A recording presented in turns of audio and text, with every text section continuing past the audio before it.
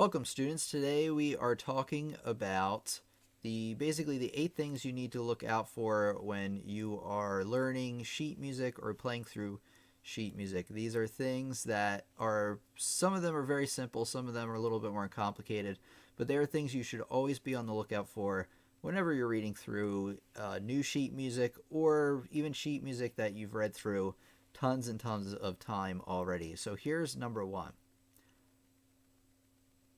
The number one thing on this list of things you want to look out for when you're reading through or playing sheet music is clefs and clef changes. Clef changes especially, right? And I think a lot of times what happens is when we're beginners, we are used to treble clef, bass clef, treble clef, bass clef. Treble clef on top, bass clef on the bottom. So treble clef, bass clef, just like that. And I think we're used to that 99% of the time, especially if we're beginners. But what'll happen is you'll start to branch out, like Rich is doing Moonlight Sonata, who is a regular in our live streams. And, that has some clef changes in it that you have to be aware of in the middle of the song. So here is why that is important. So if you get rid of these,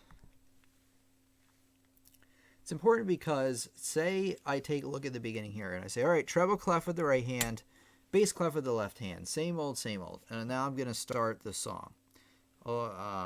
Doing treble clef up here, bass clef with my left hand. It doesn't sound quite right. What happened? Well, remember point number 2 on the part of this number 1 on the list is clef changes. I have a clef change right here. So, oops. Even though it said treble clef and bass clef right in the beginning, I didn't look a little bit further before the notes started and realized that both of them are in the bass clef. Now, it doesn't mean that you're playing both lines with the left hand. You're just playing the bottom staff with the left hand, still playing the top one with the right hand. Oops.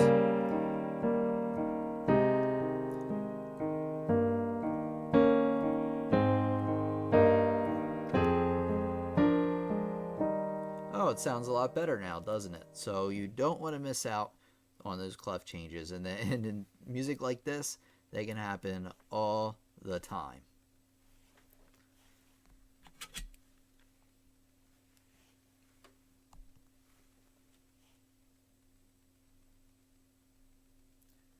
So Rich asks, is this piece for intermediate level? I would say so. You could probably learn it a little bit after you learn that first movement of the Moonlight Sonata. It's a little bit above that, for sure. Moonlight Sonata is pretty tough for where you're at right now and you're playing, although you were able to play that Mickey tune, and that had some complicated things in it. All right, so moving on to number 2. So the number 2 thing you want to look out for whenever you are reading through sheet music is, let's take a look, zoom it in, and that is your time signature.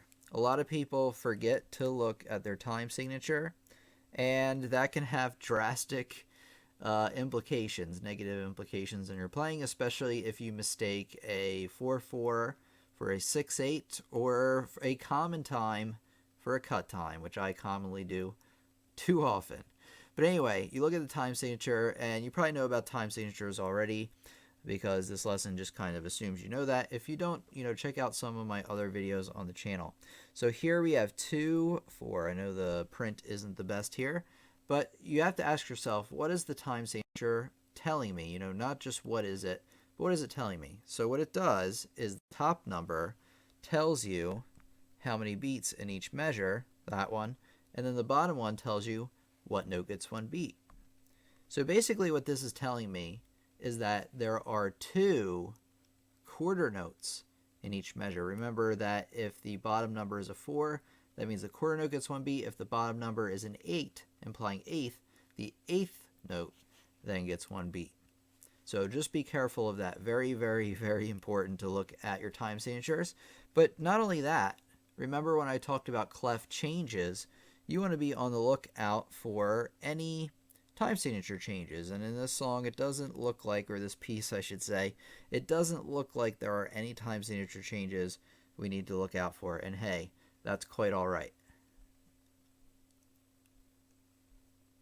Okay, back to the top.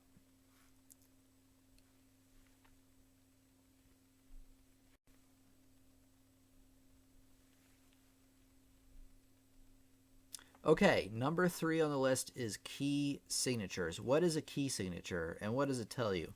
Well, a key signature is, if I scroll in here once again to the beginning here, we have a bunch of flats written right there. There's 4 in each clef, and they're actually the same notes. If you had a note, drawn where each of these are, you would have the notes B, E, A, and D. So this is telling you that every B, every E, every A, and every D in the whole song is flat unless we get to the next number on the list, which I'll talk about in a second.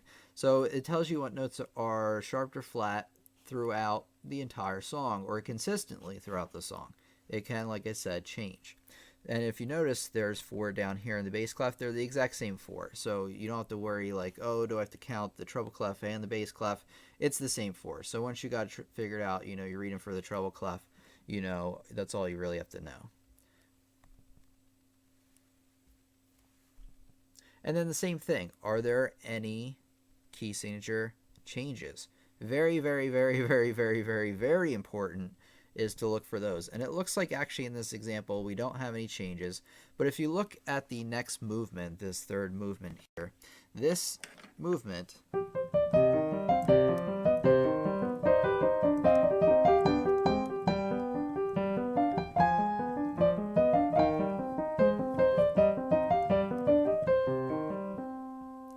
this first movement is in a totally different key signature, and it's in a different time signature as well. You may see the C here, right, and be thinking common time. Well, nope. Notice how it has a slash through it? That's cut time. That means everything is cut in half. Basically means you're going to be playing your eighths like sixteenths and your quarters like eighth notes and things like that. So just watch out for that because that is very, very important. Okay. Back to the top. Or maybe, hold on a minute. Okay.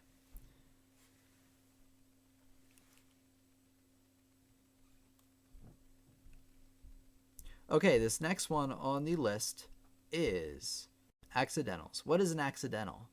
Right? It's not exactly an accident if you think about it. What an accidental is like if you zoom into the middle of the music here, you make it nice and large, you see how there is let it load up here for a second, it's looking kind of crazy. Alright, anyway, you see how you have a sharp there in the middle of that measure that is not part of the key signature. Anything like that, whether it's a sharp, a flat, or a natural, they are all accidentals. Now you may be saying, why are they called accidentals if the composer put them there on purpose? I don't know. That's what they decided to call them. So watch out for those because those can change things pretty dramatically. So if you're used to playing in a key signature and there's accidentals and you ignore them, it's not going to sound so good. It's not going to be certainly what the composer intended. So be careful of changes. I think that's the big word today throughout all the list of all these is beware of not only what these things are, but the changes in them as well. And that brings us to the next one, which is patterns. So, I've been telling you, if you've been following the lessons about scales and practicing arpeggios and all that stuff, these are things you want to be on the lookout in music. So if you take a look at the opening, the left-hand line here in our sonata. Whoops.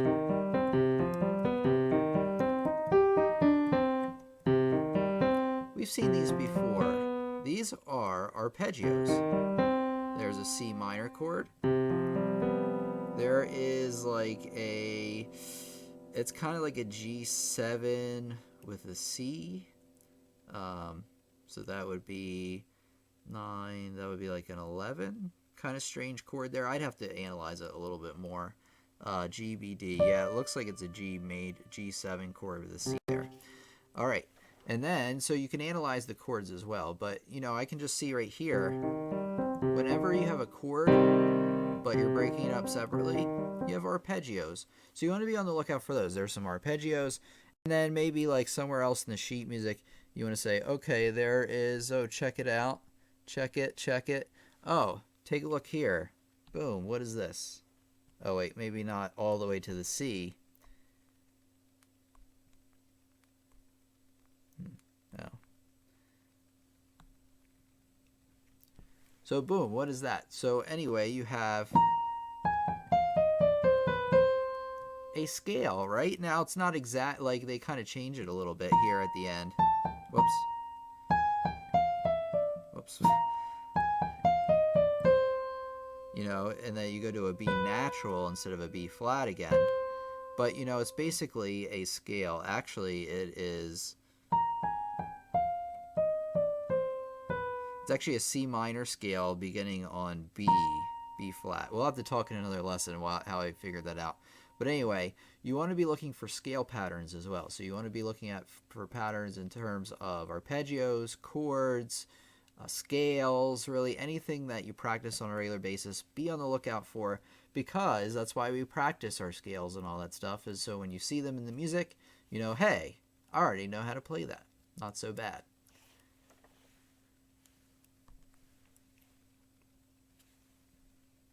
Okay, let's see.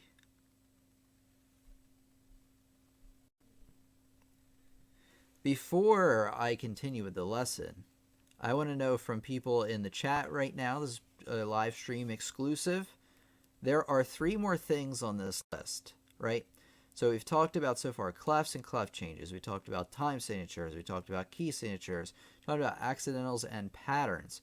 There's 3 other things on this list. One is a really big one, and I want to see if anybody in the chat can figure out one of the things on this list. So how are you going to figure this out? Well, look for things written in the music that I haven't talked about yet that you should be on the lookout for. So I'm going to give us maybe like 3 to 5 minutes to come up with some ideas and share them in the chat. So this is kind of like a, you know, kind of a get-together sharing of ideas. So let us look through the questions other people have said.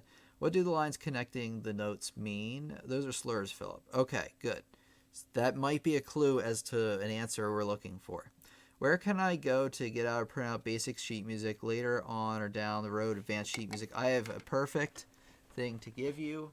Let me send it to you. Just give me a minute, please. Let's see.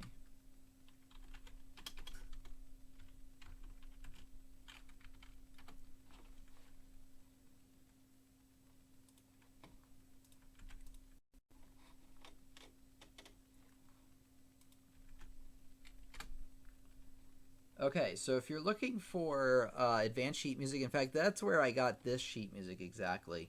If you go to this website and you go there, you can search for composers and stuff. Now, it's a little bit hard to find, you know, the exact thing you're looking for, but just scroll down the list and you'll see something called like complete score and download the PDF. Go there and you can get a lot of the classics like this one. Now, there's a lot of stuff you can't find there, especially if it's copywritten. It's a little bit harder. But you know, you can find a lot of cool stuff on that website. Okay, Rich hit it on the head.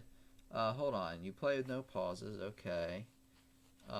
Smooth playing with no gaps. Yep. So Rich has it with these slurs. Tim, can you briefly go over grace notes? I'm not sure where to slip them in on the beat. Okay, yep. And then I see staccatos and slurs in this piece. Perfect. So Rich has it. At least got one of them for sure. Now the others on the list are a little bit more difficult to predict. Okay, so here is the next one on the list, and that's number 6 with dynamics. Now, what is a dynamic? Well, dynamics make the music more dynamic. And here's what I mean. So, if I play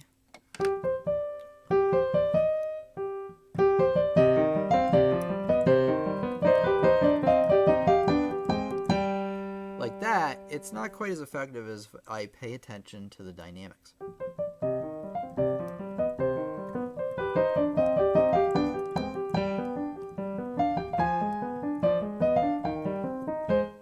And that was how loud or soft you play. So the first time I just played, you know, straight loud the whole time. Second time I put a little bit more nuance into it. I could have even worked, you know, a little bit more to add some in there. So you want to be aware of, you know, the pianos, the P's, the Fs, the fortes, telling you how loud or how soft to play.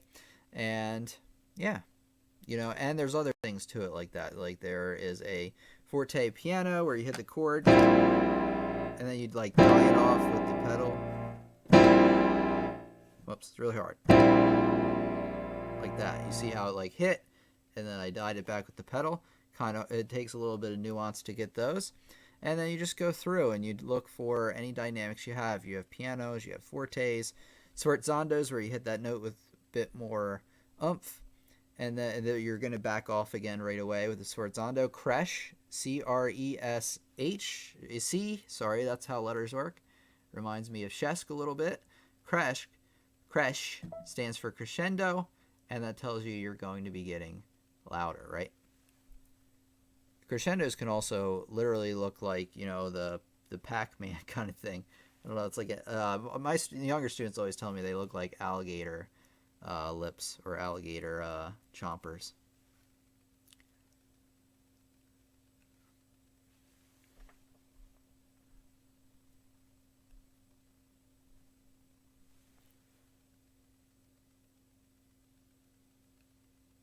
Okay, that brings us to the next one, which are articulations and other little like ornamentations that tell you not only, what notes to play, but how to play a note. So for instance, here we have right in the first measure, some staccatos. Making sure to play those short, you have your slur lines.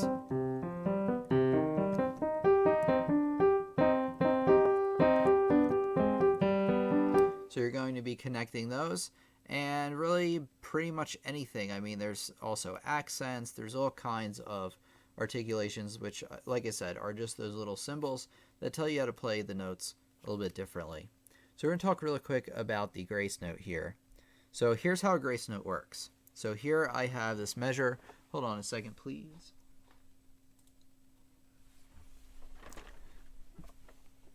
Okay, so here I have this measure, right here. This is where I have the C half note with the right hand, arpeggio with the right hand, C, and then arpeggio with the left hand. And I have a grace note right here. So the first thing I'd probably do is just ignore the grace note, the first play through, just to make sure I'm getting the primary note right. So you have your grace note, the little short one, and then you have your primary note, the main note. So the key to this is getting the primary note right on the beat it's supposed to be on. So as I'm going to play the first half of this measure here comes the grace note. So basically, I'm going to pretend like I'm going to hit the C the same time I hit as this E, but it's like almost like I made a mistake and played the wrong note, but then I got there, you know what I mean? Still when I'm playing the E. And that's really how it's supposed to go. It does take a little bit of nuance, a little bit of finesse, and a lot of bit of practice to get these right.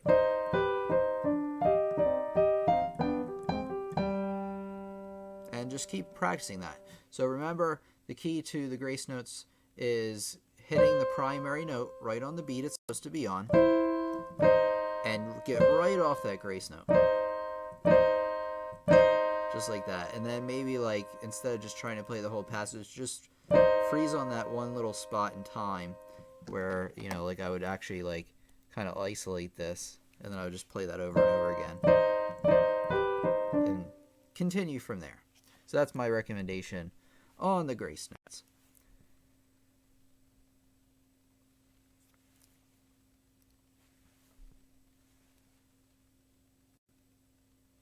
Okay, and then another one we're going to sneak in here is tempo. Tempo tells you how loud, or not how loud to play, how fast to play. So you see in the beginning it says allegro, so that means playing fast. And actually, if you go online, you can find a range that allegro is in. Each of these Italian words has like a range of speed they go in. And then what you do is you plug that number into your metronome, and then you find out what the real tempo is. Now, the very important thing to bring up about this is that you will not start at a fast tempo. You're going to start practicing these, especially songs like these, very, very slow. Even me, and how I practice today, I would start something like this at maybe half tempo if I'm practicing through it the first couple of times. All right, and then be aware of any tempo changes that may occur. It's usually only between sections, but certainly can happen, and be aware of all the tempo changing words like accelerando, and then poco poco, and well, that's like little by little, and things like that. I'm trying to think. Oh, a tempo. A tempo is resume the original tempo. So if you're in accelerando, you're going to speed up, and then you say a tempo, and that brings you back to whatever tempo you start with. So be aware of those words as well as where they happen in the music. And anything you don't know, by the way, is very important for this lesson. Anything you don't know, please look up or ask me what it is. Okay, here we go. Let me think here. And then the last one is difficult areas. Where are the difficult areas in the song? Glancing through the first few times. And it's like, all right, well, why is that important? Well, that's because you want to mark down in your mind as soon as possible where the toughest areas are, because that's where you want to start practicing and spend the most time practicing. You'd be surprised, or maybe not as surprised, how often students just play the measures they're good at all the time. And that will not get you nearly as far as if you start with the problem areas and be as efficient about your practice time as you possibly can. So Rich has it right again with the tempo. Very good. All right, I think that does it for today. Does anybody in the chat have any questions for me? So while you're asking your questions, I want to tell you that this lesson was brought to you, or, well, maybe not brought to you, but helped the people. What I'm trying to say is the people over on Patreon really helped make this lesson today and help support this lesson, and the students over on lessonsontheweb.com as well help with that also. But if you don't know anything about Patreon, it's just a way for people to support the creators they love. So if you really want to help me make even better lessons, head over there once the live stream's over. You don't have to, of course. Completely optional. Free videos are still on the way, don't worry. But just kind of throwing that out there, that it really means a lot to me, since making these lessons, I don't know, is a lot of fun, and hopefully I can continue to do it for a long time, but only with support, of course. Or if you want to go over to my website, I'm actually switching over the website, by the way. I have an announcement. Switching over the website probably tonight, maybe within the next couple of days, definitely. I'm not exactly sure what's happening here. I'm pretty sure it's tonight. So be looking out for that, because once the transition is complete, everything should work a whole lot better. There's always like a couple of little glitches that come up, though, whenever you do something big like this, if you ever run a website. So be aware of that for the next day or two. Things may be a tiny bit wonky. They may go off without a hitch and work great, but chances are there's going to be some kind of problem. But new website on the way. It's going to look great. It's going to have the same stuff on it. It's just going to look better and function a whole lot better. You too, Gregory. Do you have any questions about what we talked about tonight? It's great seeing you again. Great seeing Rich, of course, and everybody else that came out tonight. It was a good night. I think it was a good lesson, even though some of these things, like I said, are obvious. The main part of this lesson that I want you to get out of this is that even though some of these things are real simple and it's like, oh, duh, like I said in the very beginning, that you'd be surprised how often, you might get really far in piano and become really, really good. And no matter how far you get, you will forget one of these things on the list when you play through something. You may start playing a piece of music and get like halfway through the first page and be like, I don't even know what time signature we're in. I didn't look at it. Hopefully you know what key signature you're in, because if you don't pay attention to the key signature, then it's not going to sound right, and you probably would notice that right away. Time signature you can get, you can start playing in and not realize it. Now me, I can look at a measure right away and know the time signature. Like I know this one is in 4/4 right away just by looking at it. I don't even have to go to the beginning, or it's cut time rather. I could tell it was either 4/4 or cut time. Oh, very good, Gregory. Well, I'm glad you learned a lot. Thanks for coming by.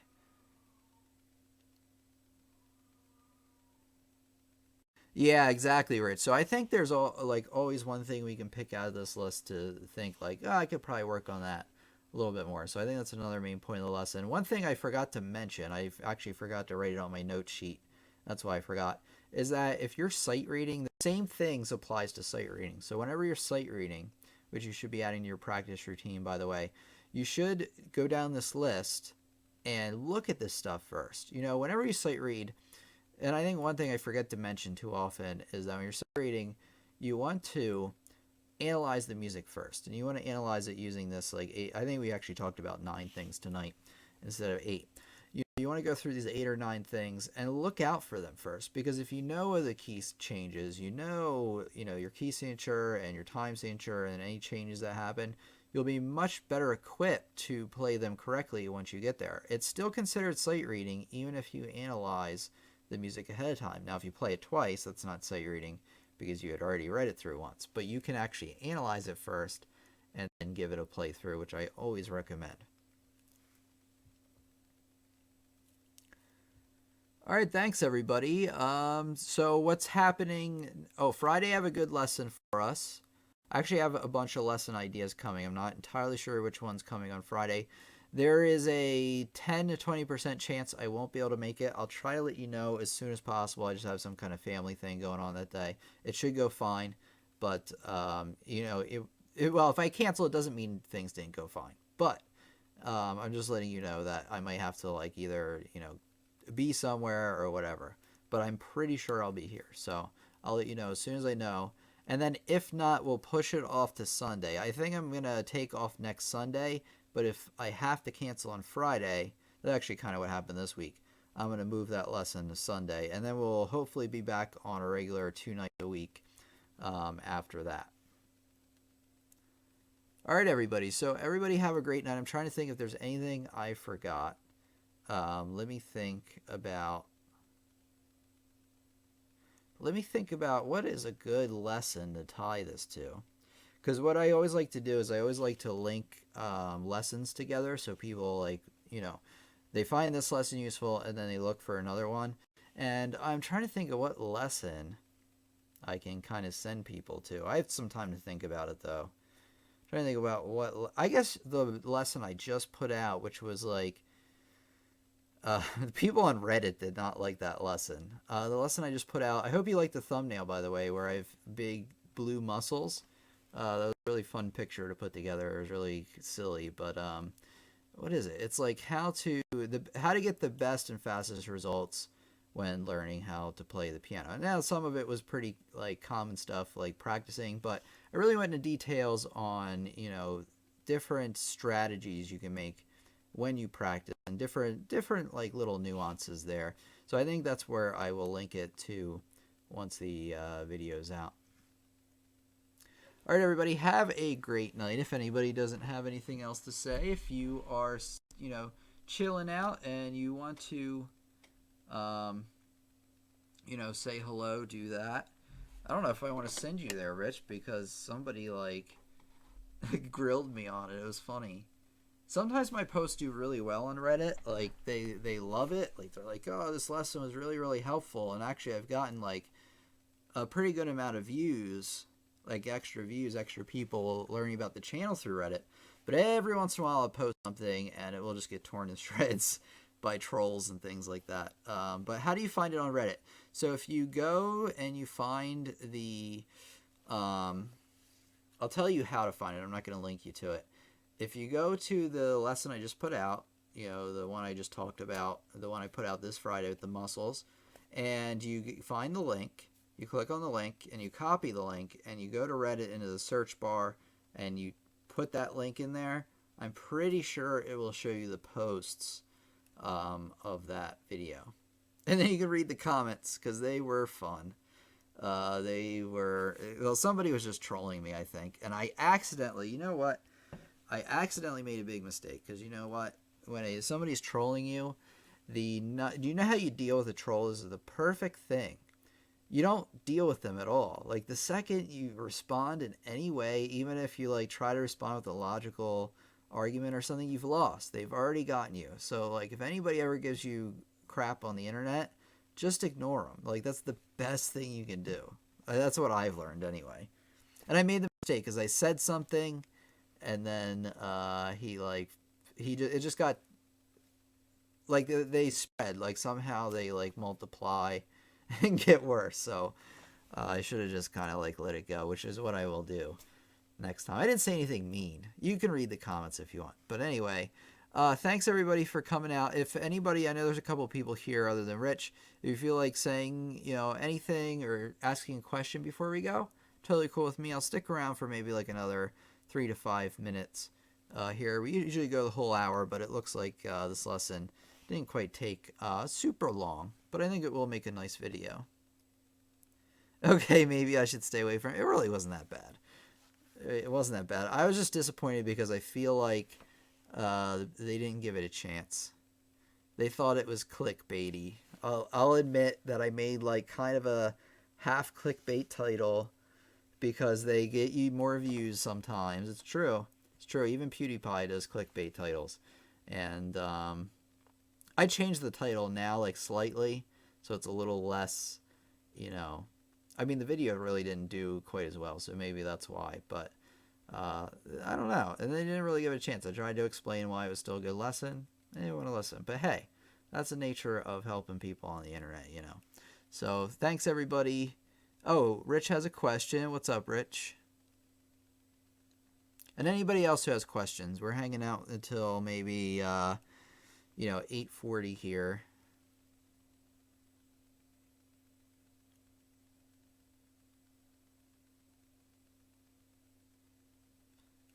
Okay, waiting on Rich's question. Let's see. Brian missed the lesson.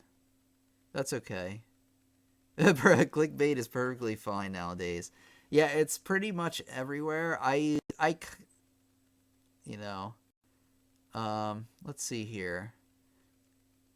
Clickbait is perfectly fine nowadays. I love how you said that. So you're welcome back anytime, Brian. Sorry you missed the lesson, but we'll be back. Like I was talking about, you probably missed it. I'm like 80% sure I'm gonna have a lesson on Friday at our normal time, 8 p.m. Or 8 p.m. Eastern Standard Time rather.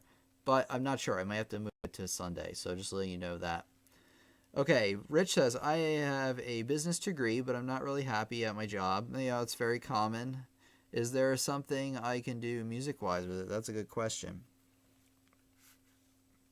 That's a great question. It depends on you, really. I mean, it depends on your skill, like your ambitions, like what you're really interested in. You know what I mean? Because not everybody's interested in the same thing. So if I give you my solution, which would be to start a YouTube and start like a online academy, which I did, that might not work for you. I'm sure there is. Like, hold on a second. The allergies are back. Perfect timing, by the way.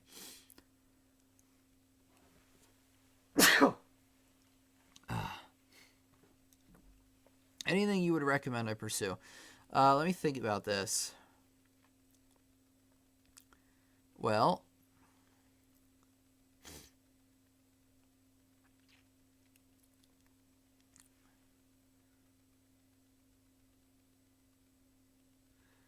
yeah, oh man. The only thing that makes me happy is music. Oh, well, I enjoy that statement. That's a cool statement. Very true with me as well. Maybe not the only thing, but it does help. But I don't know what I could do. That's a great question. So it depends on. So you have a business degree. Is there anything I could do? If I was making a lot more money, I could hire you, but I'm not quite there yet. Let's see. I'm trying to think, because you could sell courses like me, but I went to music school, so it might be a little tougher. You could. I'm wondering if you could do a business. I don't know if you know about it, but there's a business called Fiverr.com where you can make like services for $5 or whatever.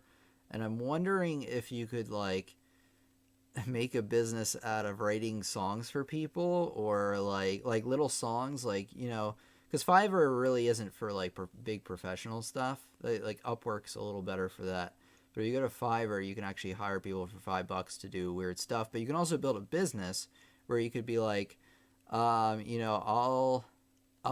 know, I'll play some kind of sheet music for you for $5, and I don't know, just set that up and try it. A lot of things. I'm trying to think like how I came up with everything I did. I did that because I always wanted to be a teacher, but then I realized like I didn't really want to teach in a public school, so I did like the private teaching thing, and then to help ends meet more, and just really to reach more and more students, I started the online academy and the YouTube and stuff. So it really depends. You have to. If you want to talk about it over Facebook, let me know and we can chat about it through the week. I might get more ideas. That's usually how these things work whenever anybody asks me these things.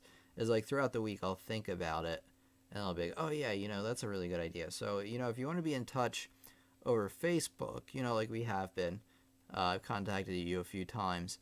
And, just we can chat back and forth about it and I can let you know the ideas as I come, or you can bounce ideas off of me. So that would be perfectly fine with me, Rich, if you want to get in contact that way, or if you want to contact over Skype again, or email. Any of those are pretty good. I think Facebook messaging I'm starting to like a little bit more because I can instant message a bunch of people all at once and answer a bunch of questions. You're really welcome. Let's see. Rich says, in your business dealings, do you come across people with internet interesting jobs? Yes, I do. I meet a lot of internet marketers, so like to figure out how to do all this stuff, I'm always in contact with people. Some of them I pay, some of them I just kind of come in contact with, ask them some questions, maybe do like collaborate a tiny bit. And then I meet other music teachers, and I meet, obviously, when I go to teach, my 30 students that I drive to during the week, that they all have, their own families, so they all work different kinds of jobs.